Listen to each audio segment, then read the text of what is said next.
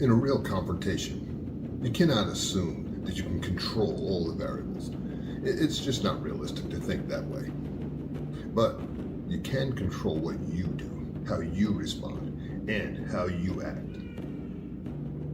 In other words, the one thing you can control in a confrontation is your own body. One of the most prized skills in self-defense is mastery of the body. But in order to do that, you have to develop yourself. You see, as humans, there's a way we move and there's a way we don't. The good news is that there are more things we can do within our bodies than we cannot. But to get there, you need the proper training modality to develop it. So what I'm going to go over are some of the things that I'm going to also be doing in the upcoming workshop, and that is teaching people how to master combative movement. And one of the concepts that we develop in people when we're talking about combative movement is this ability to recognize things in the body soon enough to do something about it. You know, we're all human. We all process information, relatively speaking, sensorially in the same manner. So for example, if I'm moving with Anthony, and this is all demonstration speed, obviously. As I'm moving with him, he's getting direct feedback from what I'm trying to do, whether I'm trying to control, whether I'm trying to push him, whatever the case may be. Right now he's not punching me in the mouth because he knows I got to run my mouth, I got to talk. But the key here is his body is learning on the subconscious competence level how to recognize the pattern of my movements soon enough to do something about it. All human movement has a pattern to it. All means all. And so once you understand that and you understand sensorially how we process information, as I'm moving with him, because he's also picking this up, he's not just waiting for me to touch before he starts moving. He can actually feel what I'm trying to do before we even make physical contact. In other words, if my hands go up and his hands go up, well, why is his hands doing that? Because he knows where my hands are. He can not only visually see that, but also sensorially, he can actually feel this, or what we call proximity.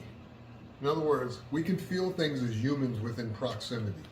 One of the reasons why in Warrior Flow, I don't get wrapped around the axle over different techniques is because techniques come and go. And that doesn't mean that we don't have technique, is that we use technique as a basis from which to build from. In other words, we have some basic movements that we teach people, but then we allow people the freedom to kind of create what they need, where they need, when they need it. In other words, if you become too prescriptive with people when you're teaching technique, what you're actually doing is closing their minds off, and you should never do that. But if you train them in the body to recognize movement and those heuristics, those mental shortcuts that we all make and how to deal with something, what starts to happen is within their own body, they start figuring out how to make things work. Everybody's body is a little different. Even two people of, say, equal physical kind of, structure, both the same height, same weight, same, kind of skeletal structure, those individuals still don't move the same. Even identical twins don't physically move the same, no matter how much they look like each other. And so, because this is a very personal thing, as I'm moving with Anthony, what he's doing is he's making the best decisions in his body relative to my body that he feels he needs to make, because he can feel what I'm doing. And because he can feel what I'm doing, once properly trained on how to control his own body and control the overcommitment in his body, he doesn't need to guess. One of the things about Grandmaster, Karen and Perkins, but in particular Grandmaster Karen, because he talked about this all the time, Tim never guessed in anything. Anything that had to do with the flipping of the coin, as I talk about it in the book, Tim wanted nothing to do with that. And the reason is, if he knows where your hands are and he knows where his own hands are, he also knows where the rest of your body is. One thing is for certain, we always know where our own hands are. And if I touch another human being, whether I touch them in the hand, whether I touch them in the elbow, whether I touch them on the chest, I know where they are. And I know that because I also know where my own hand is. My proprioception tells me that. And if I know where my own hand is and I know where they are, I also know where they're not. It's not any harder to understand than that. The hard part is from a mental standpoint, getting yourself beyond this thinking that I got to visually track everything and that there's nothing else going on beyond the visual of how humans actually track things.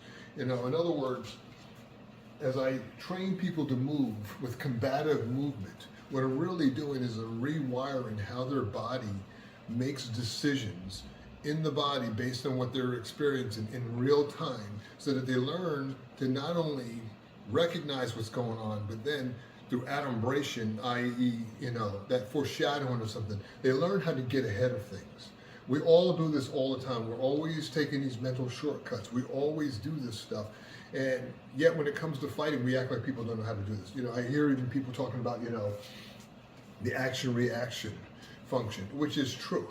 But the key is, what you want to do with action-reaction is, whatever your reaction time is learn how to make your response to their action superior to their action. In other words, my action now, or my response as I was, is superior to their action. Therefore, my response becomes action.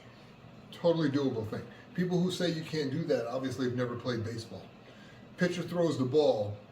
Why is it the batter is able to hit the ball? Because he anticipates the ball.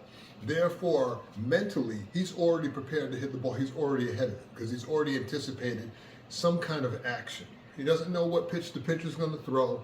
All he knows is somehow, some way, somewhere in this parameter, that's where that ball's got to go. Anything else beyond that is either he's going to hit me with the pitch, which is not good, or it's going to be a ball and I'm going to end up on first base anyway.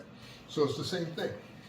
When I'm moving with people or when I'm training people, I'm trying to train them, no matter what I do, no matter how chaotic my movement, to trust what they're experiencing, trust what they're feeling, training them to learn how to control their body in a way, to move in a more combative way, removing unnecessary movement, unnecessary preparatory things that we do, like winding up unnecessarily, and just going for it and trusting what their body is experiencing. This is the kind of things that we're going to be teaching over those 2 days during the workshop in December 12th and 13th.